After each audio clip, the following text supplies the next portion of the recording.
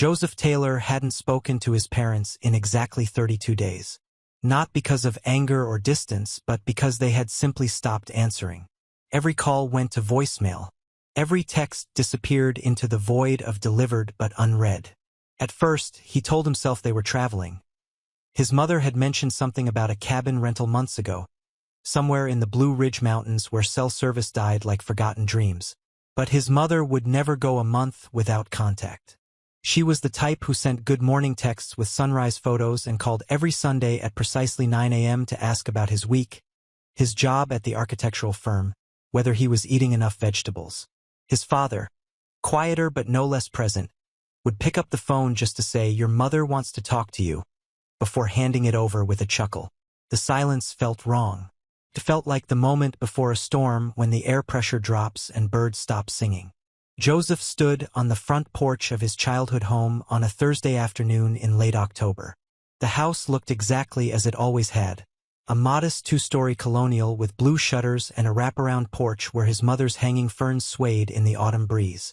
The lawn was overgrown, dandelions pushing through the grass like small yellow flags of surrender. His father would have never let it get this bad. Thomas Taylor treated the lawn like a canvas, mowing in perfect diagonal lines every Saturday morning.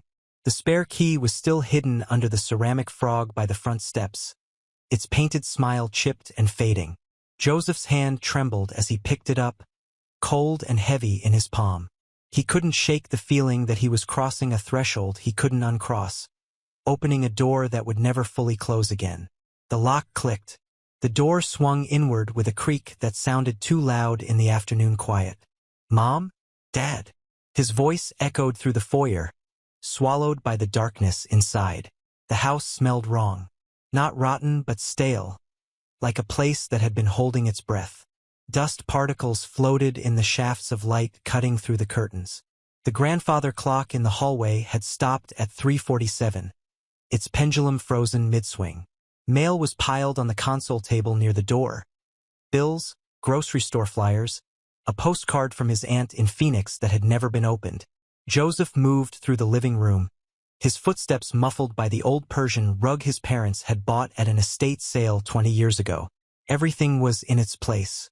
His mother's reading glasses sat folded on the arm of her favorite chair.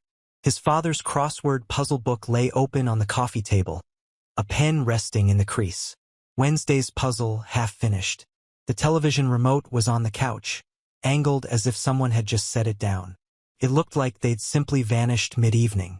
The kitchen was worse. 2 coffee mugs sat on the counter, dried rings of coffee staining the bottoms. A loaf of bread had gone moldy in its bag, green and white fuzz consuming what had once been whole wheat. The sink was empty but for a single plate with the ghost of dried egg yolk. The refrigerator hummed its lonely song, and when Joseph opened it, the smell of spoiled milk hit him like a wall. He pulled out his phone and called his sister, Rebecca. She answered on the second ring. "Did you find them?" Her voice was tight with worry. "No. The house is. It's like they just walked out in the middle of breakfast and never came back." "Joseph, I'm scared. This isn't like them. Mom would never." "I know." He rubbed his eyes, exhaustion settling into his bones. "I'm going to check upstairs. I'll call you back." The staircase creaked under his weight, each step a small protest. He'd climbed these stairs thousands of times as a child, racing his sister to the top, sneaking down late at night for water, trudging up after school with a backpack full of homework. Now each step felt like walking deeper into a mystery he didn't want to solve. The upstairs hallway was dim, the afternoon light struggling through the lace curtains of the window at the far end. His old bedroom door was closed. So was Rebecca's. Their parents' room at the end of the hall stood open, the bed neatly made with his mother's signature hospital corners. Joseph moved toward it, his heart hammering against his ribs. That's when he heard it. A sound from behind the closet door in the hallway. The coat closet where they'd stored winter jackets, old photo albums, his father's golf clubs that he never used but refused to throw away. A soft, deliberate sound. Not a creak of settling wood or the house breathing through its bones. Movement. Something was inside the closet, shifting against fabric, a whisper of weight redistributing. Joseph froze, his hand halfway to the doorknob of his parents' bedroom. The sound came again, a rustling, deliberate and purposeful, as if something was trying very carefully not to be heard. His throat went dry. Every rational part of his brain screamed at him to leave, to call the police, to run.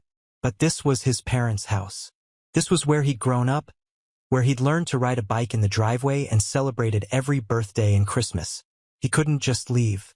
Joseph approached the closet door, his sneakers silent on the hardwood floor. The sound stopped. Whatever was inside had gone still, as if it knew it was being listened to. His hand reached for the doorknob, brass and cold beneath his fingers. He could feel his pulse in his ears, a drumbeat of fear and adrenaline.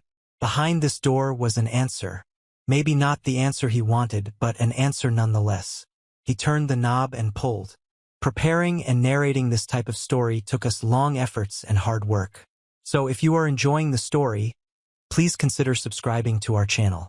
The closet was empty, or at least it appeared to be. Winter coats hung on the rod like sleeping sentries. His father's heavy parka. His mother's red wool peacoat that she'd worn every Christmas for as long as Joseph could remember. Below them, boxes were stacked in neat columns, labeled in his mother's precise handwriting, holiday decorations, photo albums 1985 to 1995, Thomas's golf clubs. But Joseph knew what he'd heard. The sound had been real, solid, undeniable. He stood there for a long moment, staring into the closet's shadows, waiting for movement that never came. Finally, he closed the door and leaned against the wall, trying to slow his breathing. The fear was making him irrational. Old houses made sounds. Pipes settled. Wood expanded and contracted. There was nothing supernatural about an empty closet. Joseph had always been the logical one in the family. While Rebecca believed in astrology and tarot cards, he put his faith in blueprints and load-bearing calculations. He designed buildings for a living, structures that stood because of physics and mathematics, not magic or mystery. His parents had raised him to be practical, to solve problems methodically, to never let emotion cloud judgment. But standing in that hallway, in the house where he'd grown up, with his parents missing for a month and nothing, he corrected himself. In the closet, logic felt like a thin shield against a darkness he couldn't quite name. He finally entered his parents' bedroom. The bed was made perfectly. His mother's reading lamp still had a bookmark tucked into the pages of a mystery novel on the nightstand. His father's side was equally undisturbed. A Tom Clancy paperback, a pair of reading glasses, a small dish of loose change. The closet door stood open, revealing his father's pressed shirts and his mother's dresses hanging in neat rows. Joseph opened the top drawer of his mother's dresser. Her jewelry box sat there, untouched. She never went anywhere without her wedding ring and the sapphire earrings his father had given her on their 20th anniversary. He checked. Both were there, gleaming against the velvet lining. That's when his phone buzzed. "Rebecca, anything?" "Nothing makes sense," Joseph said, sitting on the edge of the bed. "Their jewelry is here. Their clothes are here. The car is in the garage. It's like they evaporated." "Did you call the police?" "I filed a missing persons report 3 weeks ago. They said adults have the right to disappear, that there's no evidence of foul play. They sent an officer by once who looked around and said it seemed like they'd left voluntarily. But they wouldn't just leave." "I know." Joseph rubbed his face, exhaustion settling deeper. He hadn't slept well in weeks. Every night he lay awake imagining scenarios. His parents in a hospital somewhere, victims of amnesia. His parents running from something, hiding in a cheap motel on the edge of nowhere. His parents at the bottom of a ravine, their car undiscovered, their bodies waiting to be found.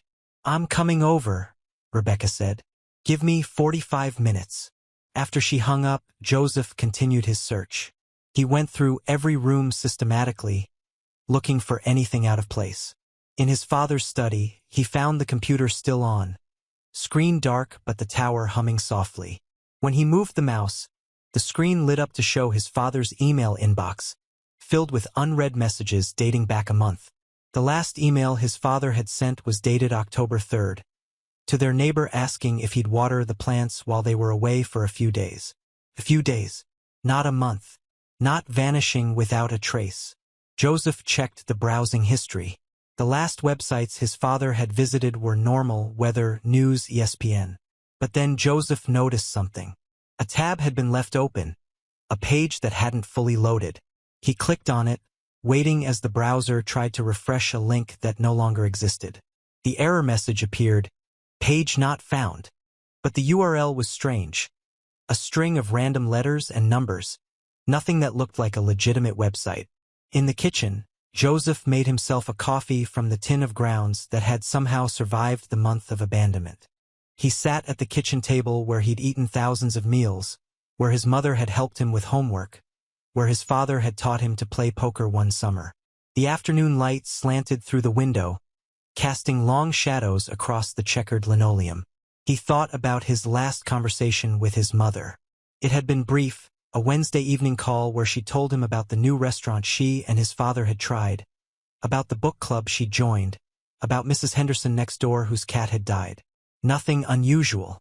Nothing that suggested she was planning to disappear. She'd ended the call the way she always did. "Love you, sweetie. Talk soon. Talk soon." Joseph pulled out his phone and scrolled through the messages he'd sent over the past month. Each one growing more desperate, more frightened. "Mom, please call me. Dad, where are you? I'm worried. Please just let me know you're okay." The silence in response was deafening.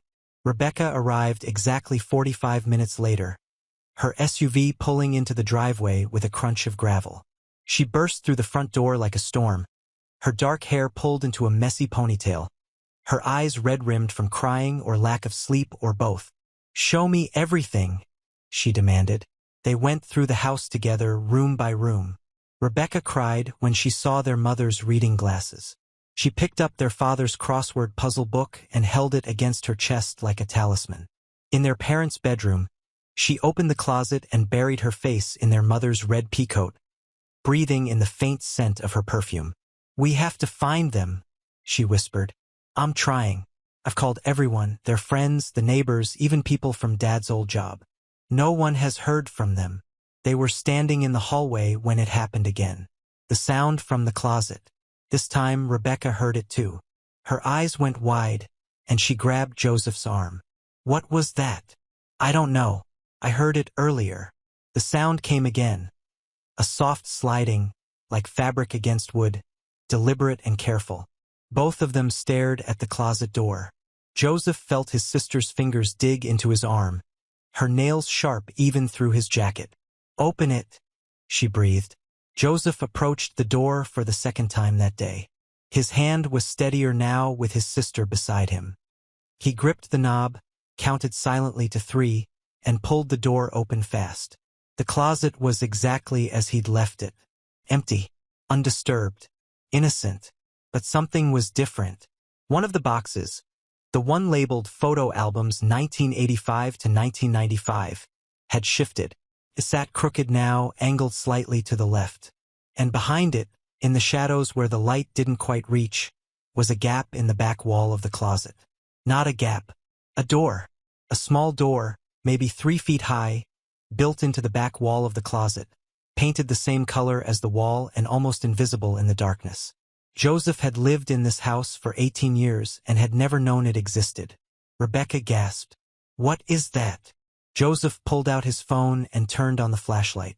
The beam cut through the darkness, illuminating the small door more clearly. It had no handle, no knob, just a small keyhole set into the wood at chest height. And around the edges of the door where it met the frame was fresh dust, disturbed recently, moved by someone or something passing through. "We need to open it," Joseph said, though every instinct screamed at him to leave, to walk out of this house and never look back.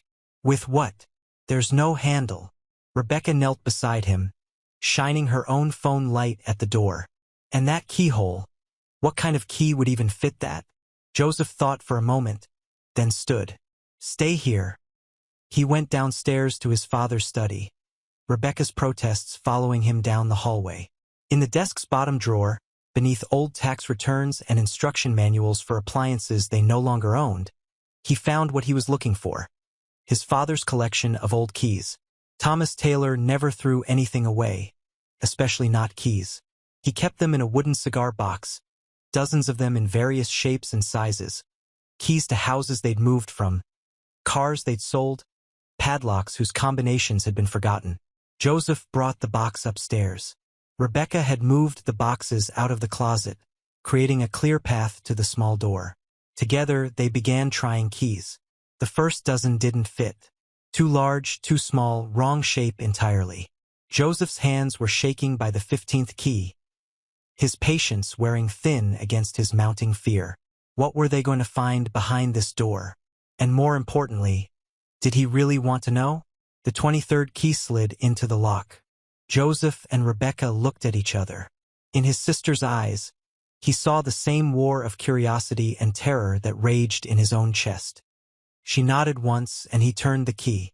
The lock clicked with a sound that seemed impossibly loud in the quiet house.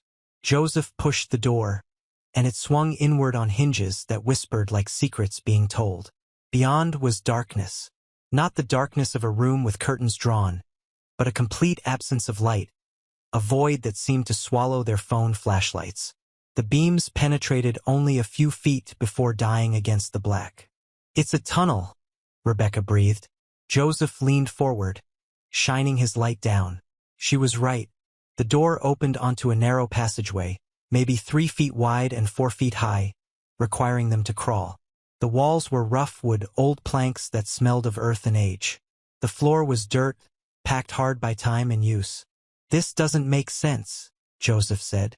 "This house was built in 1972. I've seen the blueprints. Dad showed them to me when I was studying architecture. There was no tunnel. Then when was it built?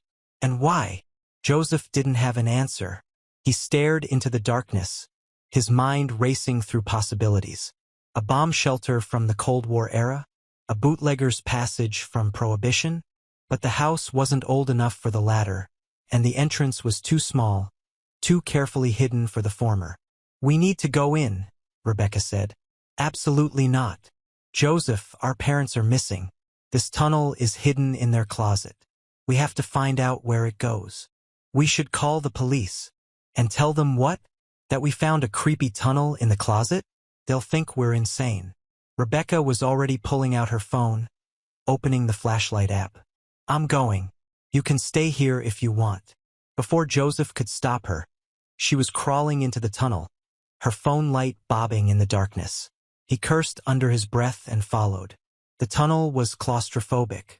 The walls pressed in from both sides, and the ceiling was low enough that Joseph had to keep his head down.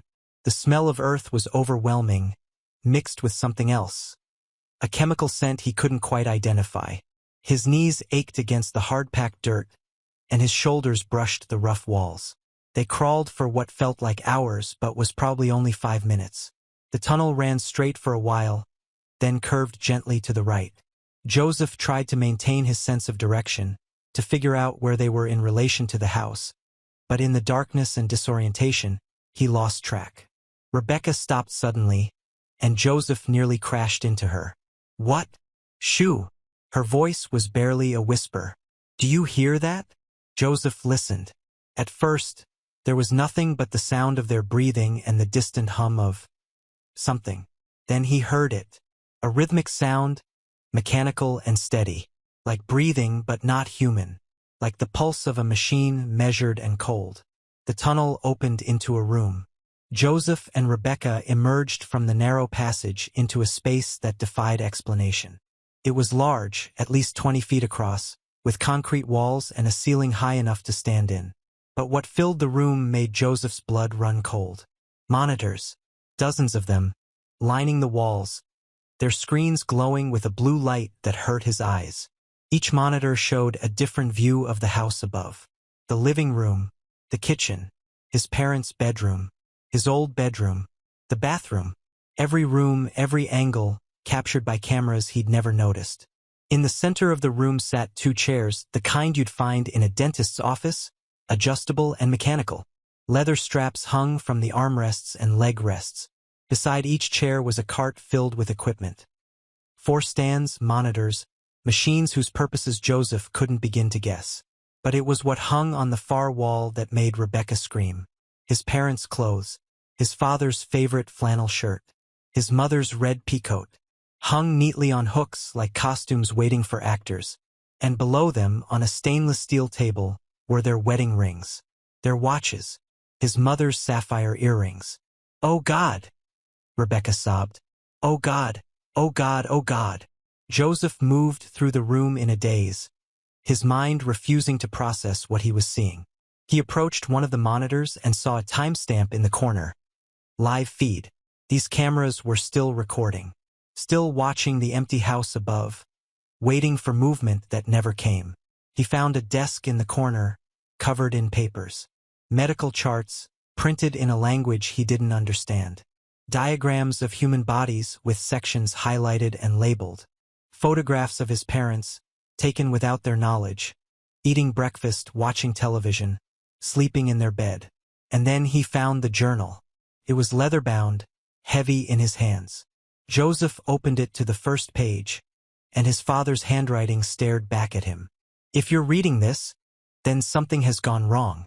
Joseph's hands trembled as he read, Rebecca peering over his shoulder, her breath hitching with each word. "Margaret and I discovered this place 3 months ago, purely by accident. She was looking for Christmas decorations in the closet when she found the door. We thought it was a crawl space at first, maybe access to plumbing. But when we opened it and followed the tunnel, we found this. Someone has been watching us. For how long, we don't know. Years, maybe. The equipment in this room is sophisticated, expensive, medical grade. The cameras throughout the house are nearly invisible. Whoever did this, they've been studying us like laboratory specimens. We considered calling the police, but Margaret convinced me to investigate first. We started coming down here at night, trying to understand who built this place and why.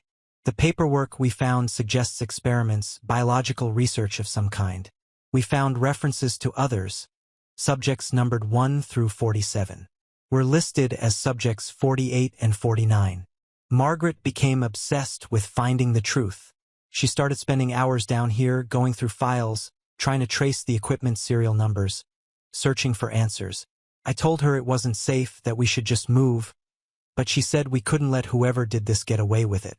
Then, 2 weeks ago, we found the second tunnel.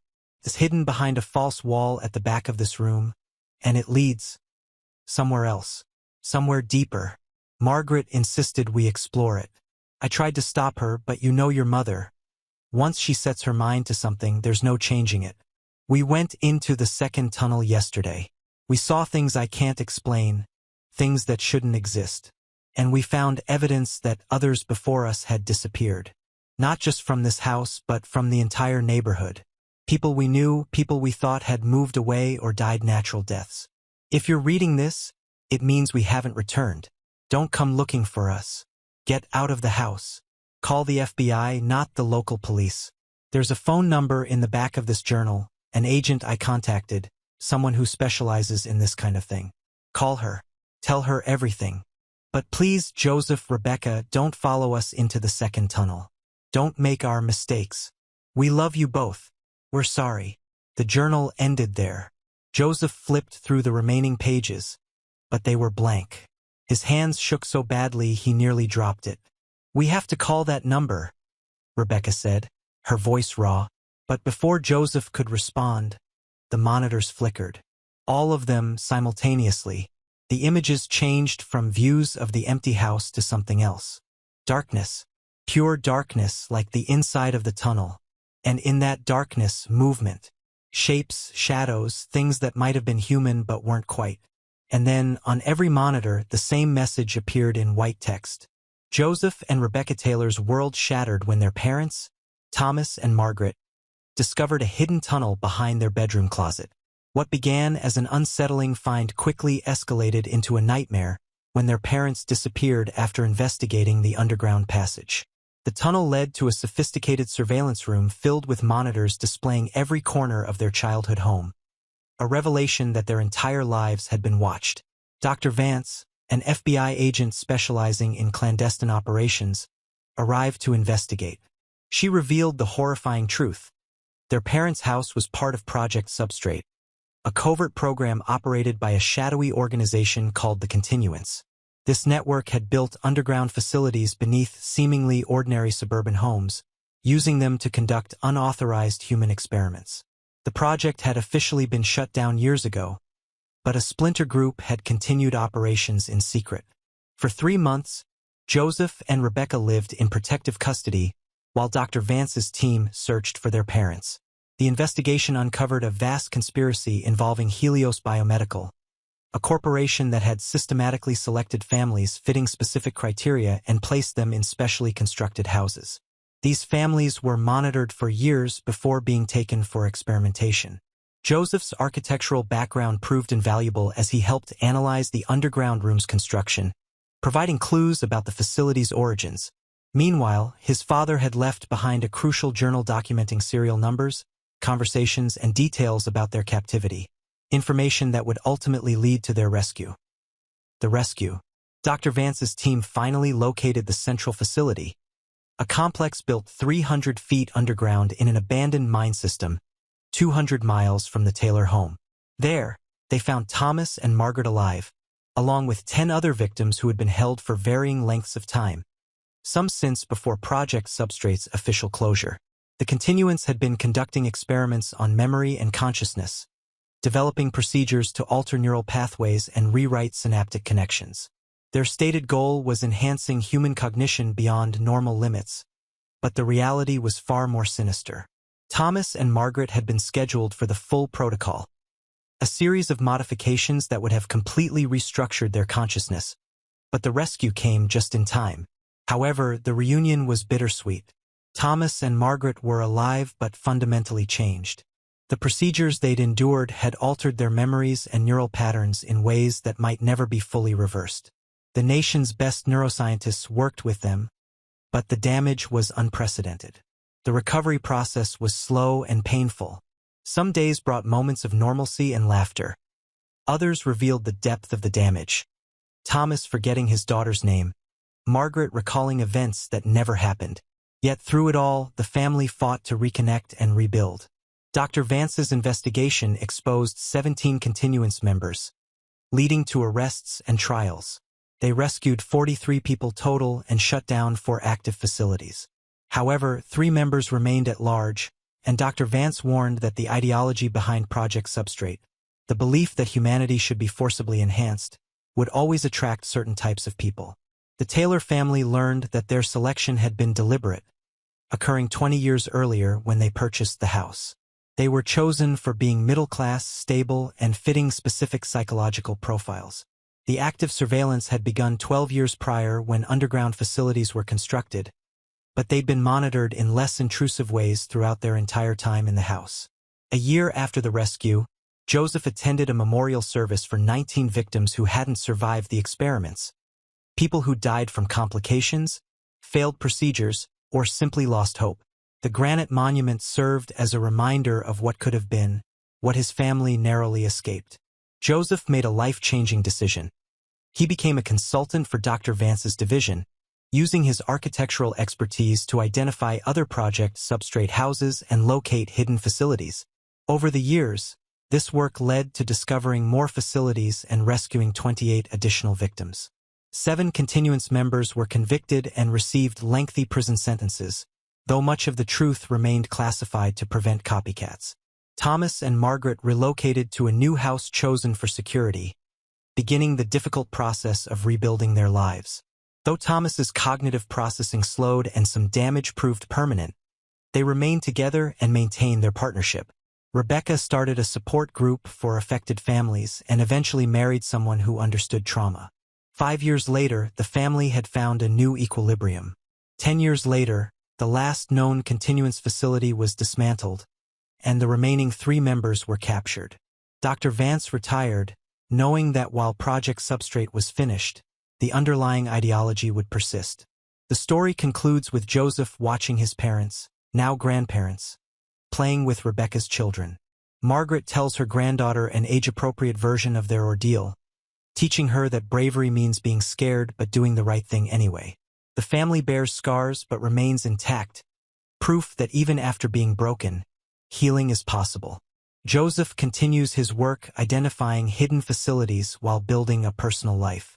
He recognizes that his choices have cost him normalcy but saved over 100 people.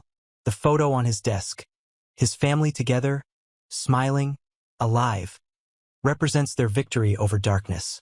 The work continues in facilities across the country, with teams still searching for patterns and hidden tunnels.